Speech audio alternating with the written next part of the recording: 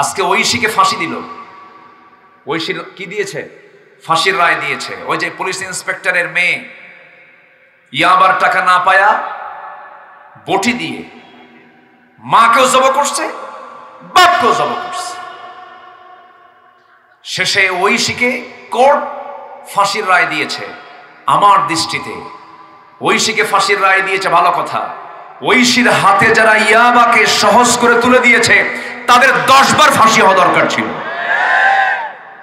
সম্মানিত ভাইয়েরা, তাহলে আমরা বইয়ের মধ্যে যে পড়ি অতীত, বর্তমান, ভবিষ্যৎ, কাল কয়টা দেখলাম বলেন তো? 3টা কাল দেখলাম।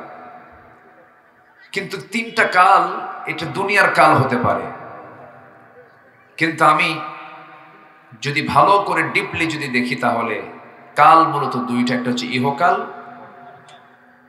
আরেকটা হচ্ছে পরকাল। ইহকাল এবং পরকালের মধ্যে তফাৎ হলো ইহকাল শেষ হবে, পরকাল শেষ হবে না। ইহকাল ক্ষণিক জীবন আর পরকাল হচ্ছে চিরজীবন, যার শুরু আছে কিন্তু শেষ নাই। তাহলে আমরা স্থায়ী জীবনের চিন্তা করব না অস্থায়ী জীবনের চিন্তা করব? স্থায়ী জীবনের চিন্তা করব। এই জন্য আল্লাহ রাব্বুল আলামিন বলেন, যুইনা লিন-নাসি হুব্বুশ শাহাওয়াতি মিনান নিসাই ওয়াল বানিনা ওয়াল কানাতিরিল মুকান্তারা মিনাল যাহাবি ওয়াল ফিদ্দাতি ওয়াল খাইলিল মুসাওওয়ামাতি ওয়াল আন'আমি ওয়াল হারথ ذلك متاع الحياة الدنيا والله عنده حسن المآب। জোরে বলুন আল্লাহু আকবার। এই দুনিয়ার জীবনে মানুষের জন্য কিছু কিছু জিনিসকে আকর্ষণ করে দেওয়া হয়েছে। পুরুষের জন্য নারীকে, নারীর জন্য পুরুষকে, সন্তানাদি, এরপরে ব্যবসা, এরপরে শস্যাদি, এরপরে হলো আকর্ষণীয় যানবাহন, ক্ষেত খামার, এগুলোকে মানুষের জন্য আকর্ষণীয় করে দেওয়া হয়েছে। কিন্তু মহান রব্বুল আলামিন বলছেন শেষে, বান্দা তুমি জেনে রেখে দিয়ে উত্তম প্রত্যাবর্তন স্থল হলো ফিরে যাওয়াটাই হলো আল্লাহর কাছে সবচাইতে প্রিয় জায়গা। জোরে বলি সুবহানাল্লাহ। জান্নাতের একটা কোড়া রাখার জায়গা হলো খায়রুদ দুনিয়া ওয়া মা ফিহা। দুনিয়া এবং দুনিয়ার মাঝে যা আছে এর চাইতে বেশি দামি হলো জান্নাতের একটা কোড়া রাখার জায়গা। আল্লাহু আকবার বলেন। ফজরের 2 রাকাত সুন্নতের দাম কত?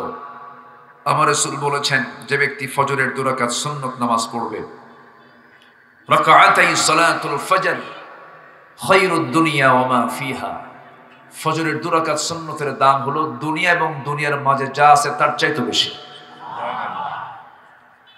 তাহলে চিন্তা করে দেখুন আমরা কোন দিকে দৌড়াচ্ছি, আর আল্লাহ তাআলা রেখে দিয়েছেন অফার কোন দিকে। প্রতিদিন যদি কোনো বান্দা ফজরের 2 রাকাত সুন্নত পড়ে, প্রত্যেকটা দিন সে 2 রাকাত ফজরের বিনিময়ে পাচ্ছে দুনিয়া এবং দুনিয়ার মাঝে যা আছে এর চাইতে আরো বেশি সম্পদ। তাহলে বিশাল প্রাপ্তি না? বিশাল প্রাপ্তি। এ কি আমি ফরজ কইছি না সুন্নত কইছি?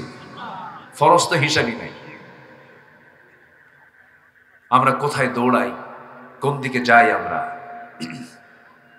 সম্মানিত ভাইয়েরা, আমি যেখান থেকে কথা বলতে চাচ্ছি, আল্লাহ তাআলা সেই আয়াতের ভিতরে বান্দাকে তার দফতর থেকে 2টা সার্টিফিকেট দিয়েছেন। যদি বান্দা তোমরা এই আয়াতের অনুকূলে চলতে পারো, আমি তোমাদেরকে সার্টিফিকেট দিচ্ছি। একটা হলো সিদ্দিক অর্থাৎ সত্যবাদী সার্টিফিকেট তোমাকে দিলাম, আরেকটা হচ্ছে মুত্তাকি, মুত্তাকির সার্টিফিকেট এবং সিদ্দিকের সার্টিফিকেট আল্লাহ পাক তার দফতর থেকে দিয়ে দিবেন যদি কোনো বান্দার মধ্যে আয়াতের যদি বাস্তবায়ন যদি বান্দার জীবনে হয়ে থাকে। সম্মানিত ভাইরা, তাহলে আমরা দুনিয়ার কোনো একাডেমির কিন্তু দফতরের কথা বলছি না, যেরকম সুইডিশ একাডেমি প্রত্যেক বছর গোটা পৃথিবী থেকে কিছু ব্যক্তি নির্বাচিত করে তাদেরকে নোবেল পুরস্কার দেয়। এর মধ্যে চোরও পায়, সন্ত্রাসীও পায়, খারাপ মানুষগুলোও পায়, কিন্তু আল্লাহর দফতর থেকে যারা প্রকৃত ভালো বান্দা তারাই পাবে। আল্লাহ বলছেন, আমি তোমাকে এই খেতাবগুলো দিয়ে দেব যদি উল্লেখিত গুণগুলো তোমরা অর্জন করতে পারো। সূরাতুল বাকারার 177 নম্বর আয়াত, যার মধ্যে আল্লাহ পাক বান্দাকে 6টা কাজের কথা বলেছেন। কয়টা কাজের কথা বলেছেন? 6টা। আমি এর আগে কয়েকদিন আগে আমি এই পাশে একটা মাঠে এসেছিলাম, সেখানে সূরাতুশ শুরা থেকে কথা বলেছি। কি বলেছি আমার মনে আছে। আমি আজকে সূরাতুল বাকারার 177 নম্বর আয়াতকে আমি চুজ করেছি। আমি যেন সেই কথাগুলো বলতে পারি যে কথাগুলো বর্তমান মুসলিম উম্মার জন্য দারুণ জরুরি। জোরে বলি আল্লাহুম্মা আমিন, আরো জোরে আল্লাহুম্মা আমিন। আমরা যে সমাজে বসবাস করছি, কিছুক্ষণ আগে একজন প্রিয় ভাই আমার জাহিদ ভাইয়ের সাথে কথা বলতে নিয়েই আমাকে বলছেন, ভাইজান আজকে যুব সমাজ শেষ হয়ে গেল। কেন? মাদকের কারণে। চিন্তা করুন, দেশ আজকে স্বাধীন হয়েছে 53-54 বছর। দেশ শাসন ছিল, স্বরাষ্ট্র মন্ত্রণালয় ছিল, শিক্ষা, তারপরে পরিকল্পনা, কত কি ধর্ম, বিভিন্ন মিনিস্ট্রি ছিল। এই মিনিস্ট্রিগুলো থাকার পরেও আমার দেশে এখন প্রেজেন্ট বাংলাদেশে মাদকাসক্তের হার হচ্ছে 50 লক্ষ। কত বলেন তো? 50 লক্ষ। আজকে যুব সমাজ তারা মাদকের সঙ্গে জড়িত, তারা অ্যাডিক্টেড। তাহলে তার সাথে তার বাবা আছে, তার মা আছে, তার বিয়ে হলে স্ত্রী আছে, তার ছেলে আছে, মেয়ে আছে, সমাজ আছে। আর যে অ্যাডিক্টেড হয় সে তার মাদকাসক্তের কারণে সে তার বাবার পকেট থেকে টাকা চুরি করে, প্রতিবেশীর বাড়িতে গিয়ে শাড়ি চুরি করে আনে। এরকম করে একটা জাহান্নাম তৈরি হয়ে যায় যদি কারো বাড়িতে যদি একজন ব্যক্তি যদি মাদকাসক্ত হয়। আজকে 53-54 বছর চললো। আজকে ফলাফল, আজকের দিনের ফলাফল হচ্ছে প্রত্যেকটা বাড়ি আজকে জাহান্নাম হয়ে বসে আছে। নামাজি নাই, মাত্র 5% মুসলমান নামাজ পড়ে। অথচ ধর্ম মন্ত্রণালয় ছিল, এডুকেশন মিনিস্ট্রি ছিল, যুব উন্নয়ন মন্ত্রণালয় ছিল, কত কি ছিল। এত কিছু থাকার পরেও আজকে ফলাফল হচ্ছে এই। আসলে কিন্তু আমরা কেউ ভালো নাই। ভালো আছি আমরা কেউ? বলেন তো, কেউ ভালো নাই। মাহফিল শেষে চিন্তায় পড়ি, বাড়িতে নিরাপদে ফিরতে পারবো তো? সেদিন কুমিল্লা থেকে ফেরার পথে একটা হাইওয়ে ঢাকা চিটাগাং রোড, লক্ষ লক্ষ গাড়ি, হাজার হাজার গাড়ি, এর মাঝে জ্যাম লেগেছে। আমার চোখের সামনে দিকে চা পাতিতে কোপাচ্ছে আর ছিনতাই করছে। আমরা কোথায় আছি, কি অবস্থায় আছে, আমাদের চারিত্রিক উন্নয়ন হবে কোন দিন? এগুলোর পেছনে মূল দায়ী যদি আমরা খুঁজতে যাই, এক কথাই হচ্ছে সেটা হলো জাতিকে আসল শিক্ষা থেকে বঞ্চিত রাখা হয়েছে ষড়যন্ত্র করে। আসতে বলবেন না, জোরে বলুন ঠিক কিনা? শুধু এই জনগোষ্ঠীকে শুধু আল্লাহওয়ালা বানান, পরকালমুখী হৃদয় বানান, কোরআনটা হাতে তুলে দেন। আপনার সন্তানের হাতে কোরআন তুলে দেন। আপনার সন্তান পাহারা দেওয়ার জন্য কাউকে লাগবে না, কোরআন আপনার সন্তানকে পাহারা দেবে। আজকে বিসিএস ক্যাডার কোরআন পড়তে পারে না। ওযুর ফরজ কয়টা? 14টা। ওযুর ফরজ 14টা। কয়টা বেশি কইছে? 10টা কম না কিন্তু। কি 1 নাম্বার কুলি করা, 1 নাম্বার কি করা? এই হলো বিসিএস ক্যাডারের অবস্থা। যদি এমনটা হতো যে বিসিএস ভাইবা বোর্ডে আসার শর্ত হলো কোরআনে কারীমের যে কোনো পৃষ্ঠা থেকে তাকে তেলাওয়াত সহি করে শোনাতে হবে। বিসিএস ভাইবা বোর্ডের শর্ত হলো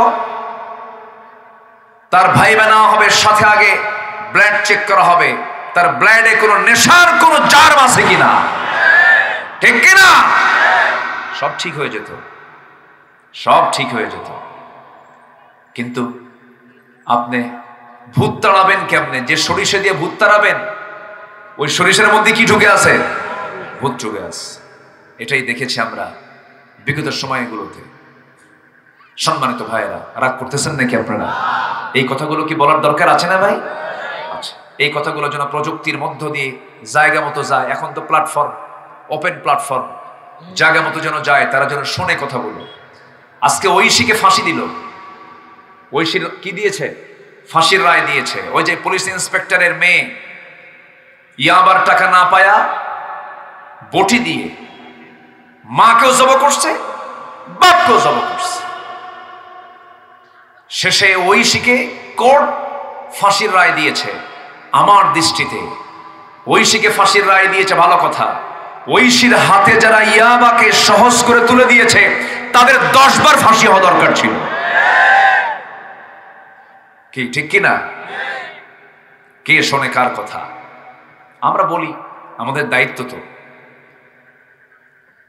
দেশের সমস্ত ক্রাইম দূর করতে বেশি সময় লাগে না। ক্রাইম দূর করার জন্য শুধু একটা সৎ সাহস লাগে, একটি সম্মিলিত শক্তির প্রয়োজন, সব বন্ধ হয়ে যাবে। কিন্তু ওই যে সরিষাতে ভূত তাড়াবেন, সেই সরিষার মধ্যে কি ঢুকে আছে? ভূত ঢুকে আছে।